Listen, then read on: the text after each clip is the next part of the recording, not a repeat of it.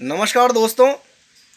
Corona को लेकर उत्तराखंड में कुछ जो चिंताजनक बातें हैं वो ये हैं कि पहले तो कल उधम सिंह नगर में 4 वो मामले थे जो दूसरे प्रदेशों से हमारे प्रवासी उत्तराखंडी आए थे, और आज मामला उत्तरकाशी ज़िले का है। उत्तरकाशी ज़िले में भी एक पॉजिटिव आए हैं केस।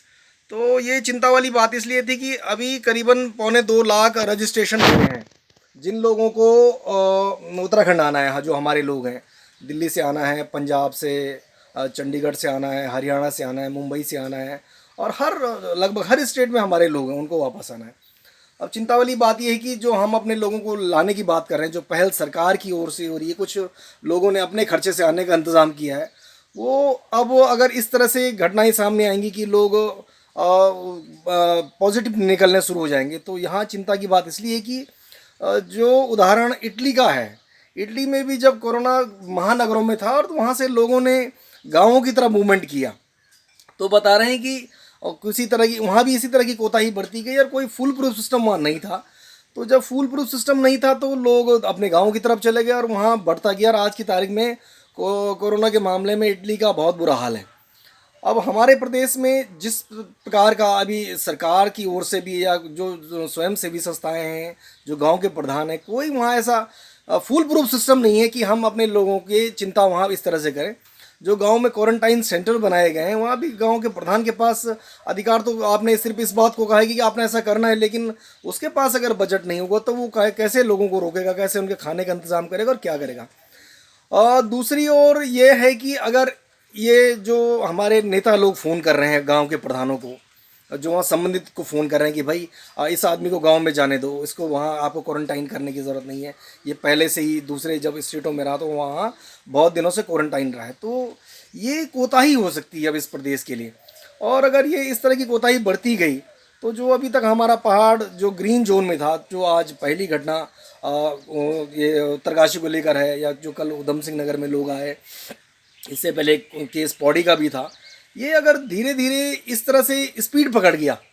तो चूंकि हमारी स्वास्थ्य जो सुविधाएं हैं वो पहले से ही चरमराई हुई हैं, और वो ऐसे हालात हैं कि वो तब हम उन पर कंट्रोल नहीं कर पाएंगे।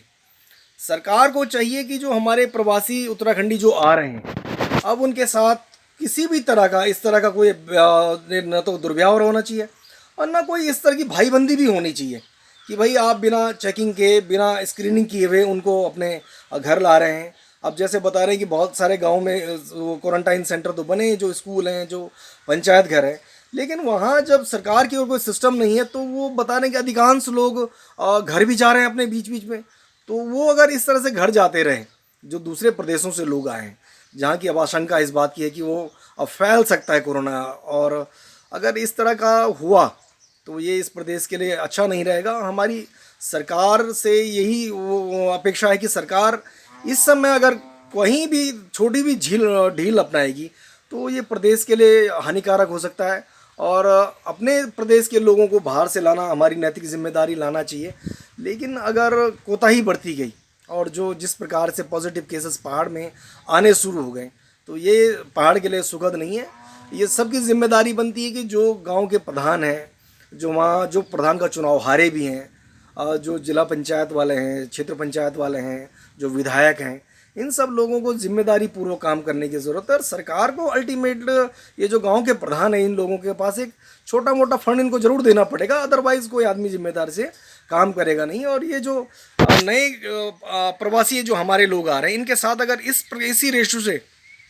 चूँकि अभी तक 25,000 के करीब लोग आ चुके हैं हमारे स्टेट में, और अभी 1.5 लाख से ज़्यादा लोग अभी जो ऑन द वे हैं, मान सकते हैं आप उनको, कि उनको लाने के प्रयास हो रहे हैं, उनको लाया जा रहा है।